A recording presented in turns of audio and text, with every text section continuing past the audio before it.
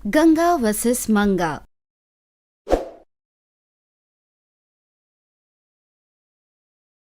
एक दिन गंगा रोज की तरह सब्जियां खरीदने मार्केट चली गई। जाते वक्त उसने देखा एक लड़की कमजोर सी सब्जियां उठाते दिखी जो गर्भवती थी। उस गर्भवती की अवस्था को देखकर उसे बहुत बुरा लगा। तुरंत वो उसके पास जाकर बोली, अरे अरे, ये क्या बेटी, पेट से हो और इतनी तपती धूप में तुम वजन उठा रही हो। तुम्हारी सेहत, तुम्हारे पेट में पल रहे उस बच्चे की सेहत का क्या होगा, बताओ। ये कहकर सब्जियां लेकर उसे वहीं पास के आंगन में बिठाती है। उसे थका देखकर कहती है, और ये तुम्हारे हाथ में क्या है, देखो तो जान ही नहीं है और तुम्हारी आंखें भी अंदर चली गई है। तुम टाइम पर खाना खाती भी हो या नहीं? जी खाती हूँ। पता नहीं क्या खाती हो, देखो जरा अपनी उंगलियों को, कितनी सफेद हो गई है, शरीर में खून भी नहीं है। वैसे तुम्हारा नाम क्या है? भूमि। ये क्या है बेटी, तुम्हारे हाथों में इतने सारे निशान, किसी ने मारा है तुम्हें? अब वो क्या हुआ बेटी, मैं तुम्हारी माँ जैसी हूँ, अपनी माँ से छुपाओगी क्या? यह सुनकर भूमि अपना दुख गंगा को रोते हुए बता देती है। क्या बताऊँ माँ जी, मेरी सास हर बात पर मुझे मारती रहती है। सब खा ले, उसके बाद बचा हुआ रात का खाना मुझे देती है, और कभी कभी तो वो भी नहीं। अरे अरे बेटी, रो मत, कितना कुछ सह रही है तू। ठीक है, मैं चलती हूँ, अगर देरी हो गई तो मेरी सास दोबारा मुझे मारेंगी। ये कहकर वो चली गई। थोड़ी देर बाद सब्जियां लेकर गंगा रास्ते से जाते रास्ते में भूमि के देर से पहुंचने पर उसकी सास उसे मारती है। यह देखकर उसे खूब गुस्सा आता है।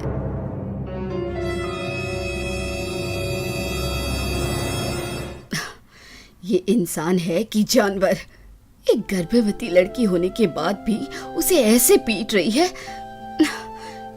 इसे तो सबक सिखाना ही होगा।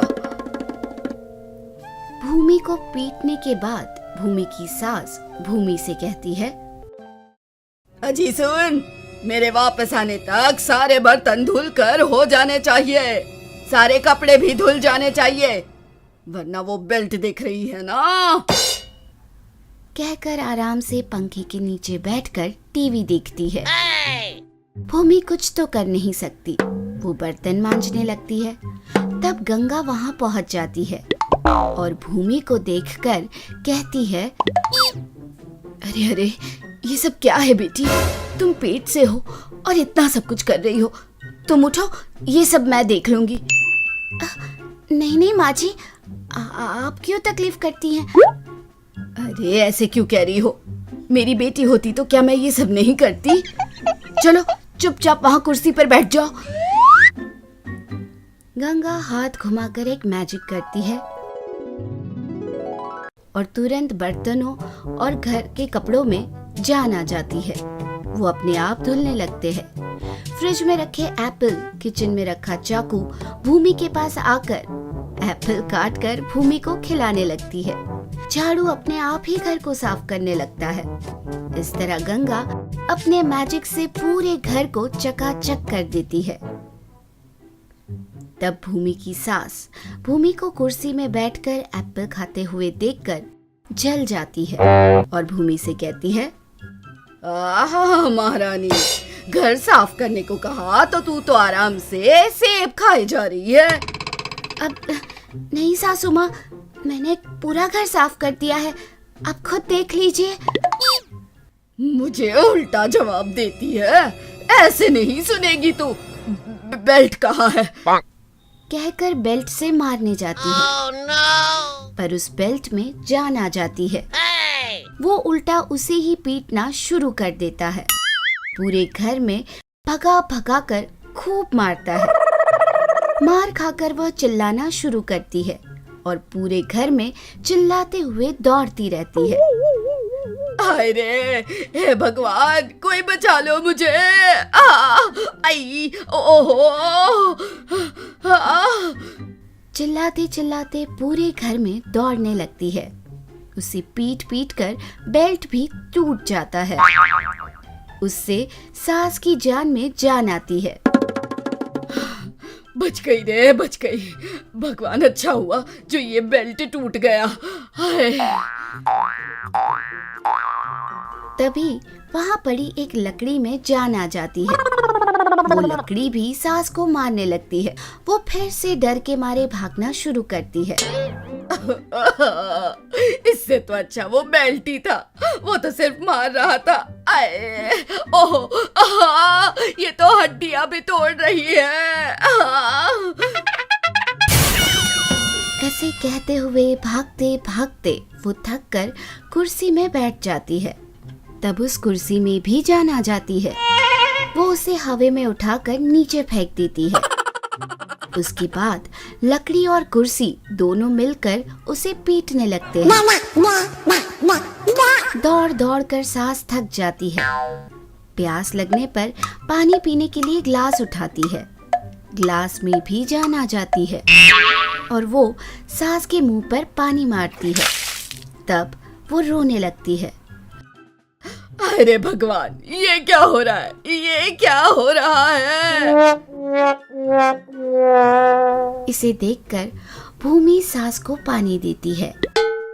तब गंगा उससे कहती है, क्या हुआ रंगम्बा, थोड़ी देर की मारपीट से ही तुम इतनी सहम गई। तो सोचो, बेचारी वो लड़की दिन रात इस घर में मेहनत करती है, उस बच्ची को कैसा लगता होगा। अब मुझे समझ आ गया, मुझे माफ कर दो। अब से मैं अपनी बहू को प्यार से रखूंगी, उसकी देखभाल करूंगी। हाँ, तुम नहीं करोगी तो ये सब तुम्हारी देखभाल जरूर करेंगे।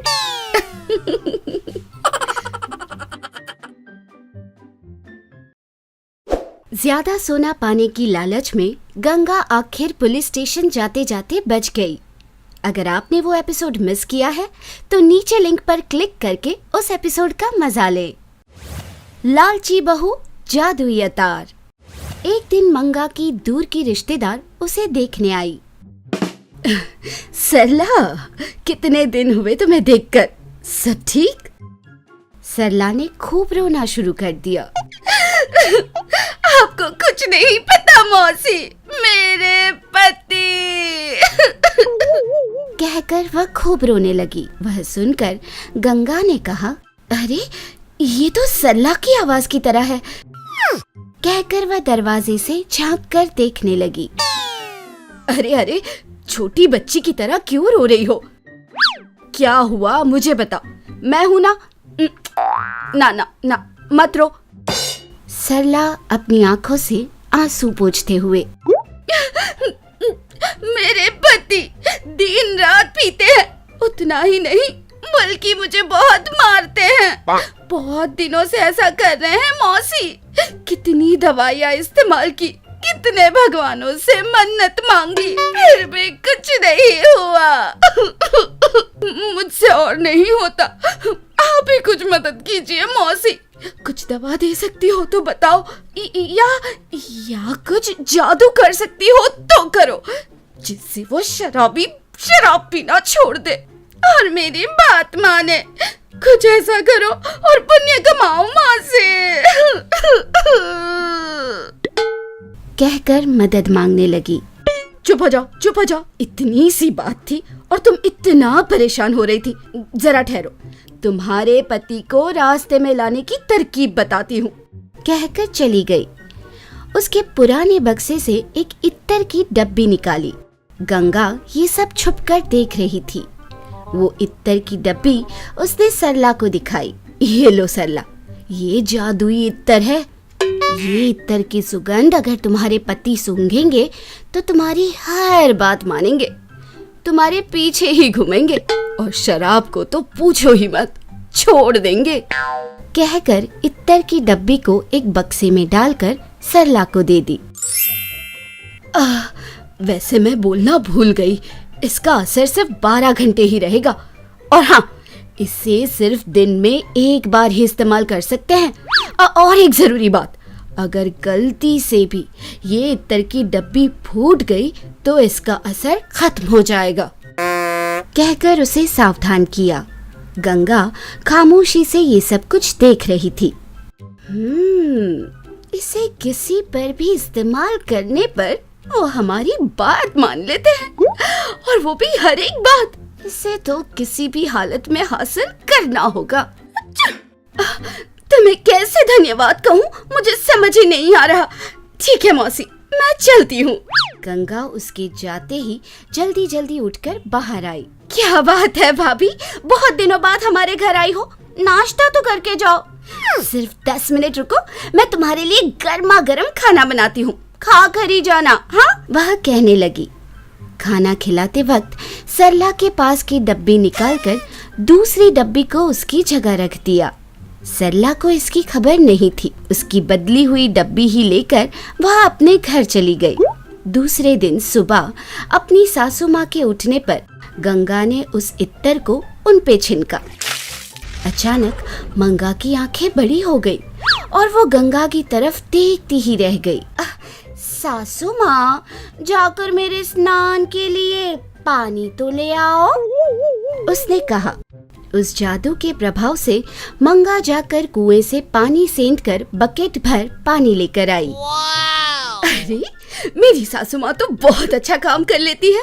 आज से हर रोज मैं अपनी सासू माँ से अपना सारा काम करवाऊंगी। वह कहने लगी। सासू माँ, मेरे सर पर तेल लगाकर मेरे स्नान के लिए पानी गर्म कीजिए। बेचारी मंगा बहू के सर पर तेल लगाकर स्नान के लिए गर्म पानी रखती है।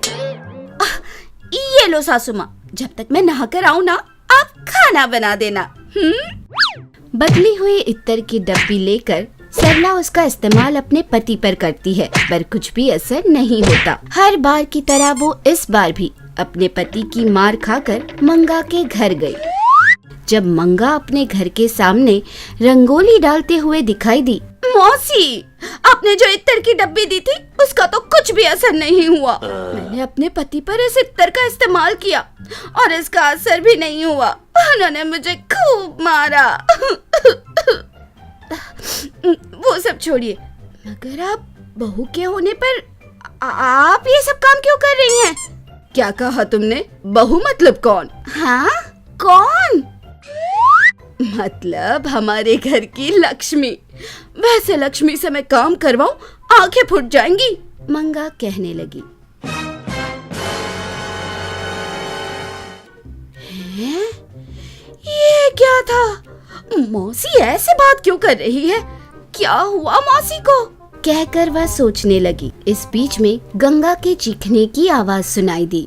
कितनी देर से रंगोली डाल रही हो? जल्दी आओ, आकर मेरे पैर दबाओ, कहकर गंगा चीखने लगी। हाय रे हाय, ये क्या हो रहा है? मेरी मौसी बहू के पैर दबाएगी? कुछ तो गलत हो रहा है यहाँ, कुछ तो गड़बड़ है। मुझे पता लगाना चाहिए। सोचकर चोरी छुपे घर में गई सरला। उधर मंगा अपनी बहू के पैर दबाते हुए नजर आई और उसके पास रखी हुई इत्र की डब्बी जैसी एक और इत्र की डब्बी नजर आई सरला को। वहाँ क्या चल रहा है, सरला को सब कुछ समझ में आ गया।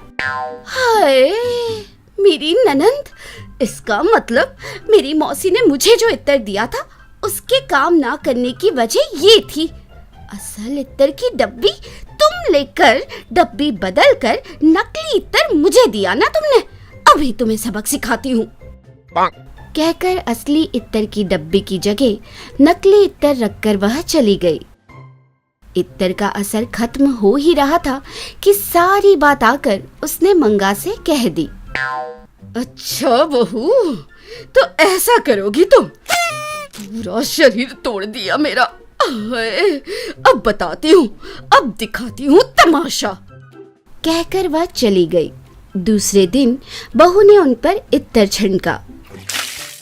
मंगा को पता है कि वो नकली इत्र है, पर बहू की बात मानने का वह नाटक कर रही थी। सुनिए सासू माँ, मेरे नहाने के लिए पानी रखिए।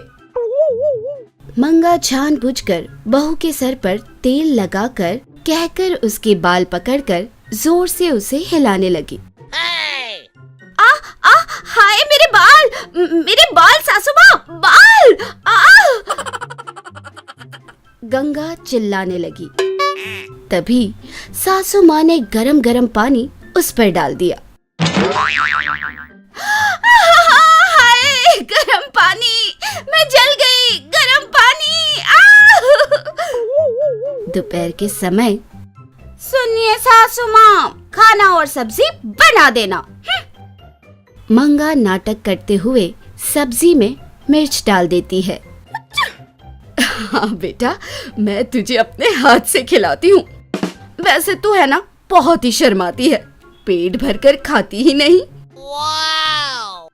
कहकर बड़े बड़े निवाले देने लगी। मिर्ची मिर्ची! हाय मेरा मुंह! भगवान, मेरा मुंह जल गया! कहकर बहू भाग गई। शाम के समय वह अपनी सासू माँ को फिर से बुलाती है। सासू माँ, ओ सासू माँ, जरा पैर तो दबाना। हाय हाय, घर का सारा काम कर करके थक गई होगी तुम। अब मेरा एक हाथ पड़ेगा ना तो सब ठीक हो जाएगा। कहकर जोर जोर से पैर दबाने लगी। आय हाय हाय हाय, मेरे पैर, मेरे पैर! मैं मर गई भगवान! मेरी सासू माँ का प्यार ही मुझे मार देगा। अब नहीं करवाना उनसे कोई काम। वह जल्दी से गई और इत्तर की डिब्बी को फोड़ दिया।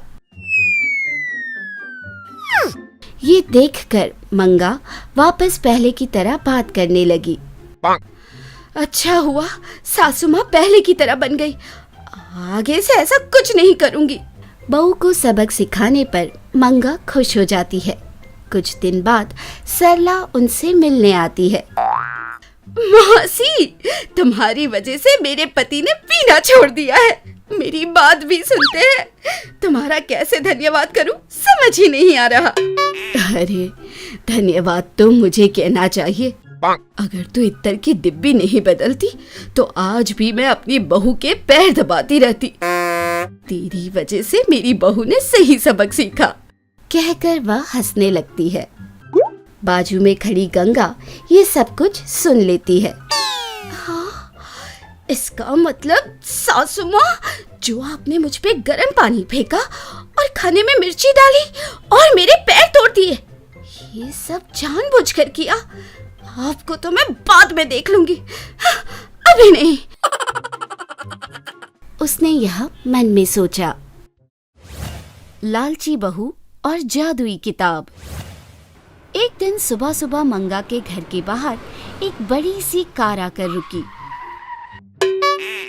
सास बहू उस गाड़ी की तरफ घूरने लगे। हाँ, हमारे घर कौन कार में आ गया? है, इतनी बड़ी कार! कहकर दोनों उस कार की ओर देखने लगे। उसमें से एक औरत महंगी साड़ी पहनकर, काले चश्मे पहनकर बड़ी स्टाइल से उतरी और उनके घर की ओर बढ़ी। मंगा ने उसे देखा, फिर आसमान की ओर देखा। बारिश के आसार नजर आए। बिना धूप के काला चश्मा लगाने वाली पागल जरूर मेरे घर के पागल लोगों के लिए ही आई होगी, उसने मन में सोचा। सुनो बहू, लगता है तुम्हारे गांव से कोई आया है। हाँ, इस बुढ़िया के तो खून में ही ताने भरे हुए हैं। कौन चाहिए? कमला, मैं तुम्हारी बचपन की सहेली कमला। इतनी जल्दी भूल गई तुम मुझे? चश्मा निकालकर उस औरत ने कहा। कमला, तू कितनी बदल गई है। पहले तो उलझे हुए बाल और चलती नाक होती थी, अब ये महंगी गाड़ी, ड्राइवर और ये महंगी साड़ी। लॉटरी लगी है क्या तेरी? कहकर उसने अपने दोस्त को अपने पास खींचा। सासू माँ, ये मेरी बचपन की सहेली है। बचपन में तो एकदम झल्ली थी, अब देखो क्या हो गया है इसे। अच्छा, वैसे आज कैसे आना हुआ बेटी? वो क्या है ना, मेरी शादी तय हो गई है तो कार्ड देने के लिए आई हूँ। और वैसे भी अब मैं वो झल्ली नहीं रही। मेरी कार देखी है, इम्पोर्टेड है, दुबई से मंगवाई है मेरे होने वाले पति ने। ड्राइवर भी रखा है। हमारे गांव में मैं और मेरे पति ही सबसे अमीर हैं। अच्छा सुन, तूने कार खरीदी कि नहीं? ओहो, मैं ही पागल हूँ। अगर कार ले लेती तो इस घर में क्यों रहती? एनीवे, हाँ, तू फिक्र मत कर, मैं अपनी कार भेजूंगी तो उसमें आराम से एसी में आना और पेट भरकर खाकर जाना, ठीक है? कहकर वह अपनी शादी का कार्ड देकर चल पड़ती है। ड्राइवर उसके लिए दरवाजा खोलता है और उसके बैठने के बाद दरवाजा बंद भी करता है। बचपन में तो एक फूटी कौड़ी नहीं होती थी इसके पास, और अब देखो कैसे उड़ रही है। कुछ भी करके इस बड़ी गाड़ी में उसकी शादी में जाना ही होगा, तभी उसकी अकल ठिकाने आएगी, ऐसा गंगा सोचती है। तभी बारिश शुरू होती है और मंगा का पति रवि घर आता है। ओ घरवाली, जरा मेरा छतरी तो लाना। बहू, जरा वो छतरी अपने ससुर को तो देना। सुनते ही गंगा अंदर जाती है और धूल भरी छतरी को 2 बार जमीन पे मारती है। छतरी इतनी पुरानी थी कि टूट गई। बहुत देर से बहू के ना आने पर मंगा अंदर जाती है। अरे, ये क्या कर दिया तूने? ये तुम्हारे ससुर के परदादा की थी। अगर उन्हें पता चला कि तूने उसे तोड़ दिया है तो वो नहीं छोड़ेंगे। अब क्या करें? चल, तू बिना आवाज के मेरे साथ चल। चल, कहकर वह अपनी पुरानी पेटी से एक किताब और कलम निकालती है। ये क्या, छतरी चाहिए थी और किताब और कलम निकाल रही हैं? ऐसा सोचती है तभी आंगन से, ओ मंगा, छतरी ला रही है कि नहीं? हाँ, जरा रुकिए, आ रही हूँ, कहकर जल्दी से उस किताब से एक छतरी बनाती है। और छतरी सच में बन भी जाती है, बिल्कुल असली की तरह। उसे लेकर मंगा ने बहू को दिया और कहा, जा, इसे ले जा और अपने ससुर को जल्दी से दे दे, जा। उस छतरी को देखकर गंगा को एक आइडिया आता है। दूसरे दिन पलंग पर लेटी हुई सास के पैर दबाते हुए वह कहती है, अब सुनिए सासू माँ, मुझे कुछ चाहिए। क्या चाहिए? कुछ नहीं सासू माँ, आपको तो पता ही है, मेरी दोस्त कमला की शादी है। वो आई थी ना बुलावा देने, आप तो जानते हैं वो कितना फेंक रही थी। मुझे भी उसी की तरह बड़ी सी गाड़ी में जाना है उसकी शादी में। क्या कहा? गाड़ी, वो भी बड़ी? इतनी बड़ी कार कहाँ से लाऊंगी मैं? सासू माँ, आपने किताब में से छतरी बनाई तो बन गई ना, बिल्कुल उसी तरह मैं आपकी किताब में कार बनाऊंगी और उसकी शादी में बड़ी सी कार में जाकर आऊंगी। दे तो दूंगी, पर तुझ में लालच भी तो है और ऊपर से तेरी कलाकारी भी खराब। क्या सासू माँ, आपको नहीं पता, मैं अपने स्कूल के ड्राइंग में अव्वल आती थी, अव्वल। मेरी कलाकारी पर तो मेरी टीचर भी फिदा थी। यकीन नहीं आता तो पहले आपको उतार कर दिखा दूं कार। कहकर वह भीख मांगने लगती है। सास मान जाती है और तब से बहू इंटरनेट पे गाड़ियों की तस्वीर देखने लगती है। उसने कार बनाने की कोशिश तो बहुत की पर बना नहीं पाई। हे भगवान, कार बनाना इतना मुश्किल कब से हो गया? इस बार तो मुझे बनाना ही होगा।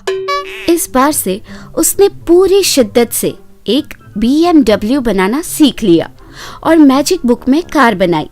बस और क्या था, एक बड़ी सी कार उसके घर के आगे खड़ी हो गई। ये सब देखकर मंगा सब समझ जाती है। इस बेवकूफ को जितना भी बोलो समझेगी नहीं। पता नहीं अब कौन सा बवाल खड़ा करेगी ये। देखिए सासू माँ, मैं इस कार में उसकी शादी में जाऊंगी और ठाठ से उसके सामने हॉर्न बजाऊंगी और उसका मुंह खुला का खुला रह जाएगा। कहकर खुशी खुशी कार में बैठकर उसे चलाने लगती है। रवि बाहर से आते हुए दिखता है। सुनिए ससुर जी, मेरे साथ चलिए, मैं आपको पूरा गांव घुमाऊंगी और मेरी दोस्त की शादी में चलेंगे हम और खूब खा कर आएंगे। चलिए। शादी? बिल्कुल बिल्कुल। वैसे भी रोज रोज इस बुढ़िए की हाथ का खाना खा खा के मेरी जबान सूज गई है। देखा मेरी बहू को मेरी कितनी परवाह है। अपनी कार में सबसे पहले मुझे घुमाने ले जा रही है। मैं जाकर आता हूँ।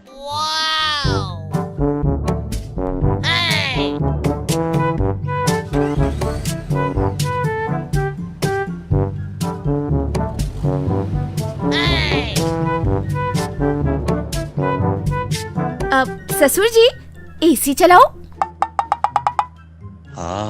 कितनी ठंडी हवा आ रही है। और नहीं तो क्या, आपने क्या समझा है अपनी बहू को? आपके लिए एसी कार ली है। अब ससुर जी अच्छा गाना सुनेंगे? कहकर रेडियो ऑन किया। गाने चल रहे थे और रवि मजा ले रहा था। ससुर जी अब आप देखिए, आपकी सीट ना सोफे जैसे खुल जाएगी। कहकर उसने एक बटन दबाया तो सोफा रिक्लाइनर की तरह खुल गया। अरे ये कार है कि हवाई जहाज? यह कहते हुए रवि बहुत खुश हुआ। इतने में अचानक एक भेड़ का झुंड उनके रास्ते में आया। यह देखकर रवि घबरा जाता है। अरे अरे ब्रेक तो लगाओ। वही तो देख रही हूँ, ब्रेक नजर नहीं आ रही। हे भगवान, सब तो उतार दिया, बस जल्दी में ब्रेक उतारना भूल गई। भेड़ों से बचकर उसकी कार जाकर दलदल में फंस जाती है। कार भी खराब हुई और कपड़े भी। मेरी पत्नी की बात ना मानकर जो तुम्हारे साथ आया, ये होना था मेरे साथ। दोनों उसी हालत में घर आते हैं और उनकी अवस्था देखकर मंगा बहुत हंसती है। मैंने कहा था ना आपसे, सुना नहीं। कोई बात नहीं, अभी अभी खाना बनाया है, चलिए खा लीजिए। मैंने सोचा था कि इसके हाथ से बनाया हुआ खाने से बचूंगा, पर नहीं बच पाया। सब तुम्हारी वजह से। कहकर गंगा की ओर गुस्से से देखता है। हमें यकीन है कि इस एपिसोड ने भी आपको खूब हंसाया होगा। तो देर किस बात की, बजाओ घंटी और करो सब्सक्राइब। आप गंगा के फैन हो या मंगा के, ये जरूर बताना।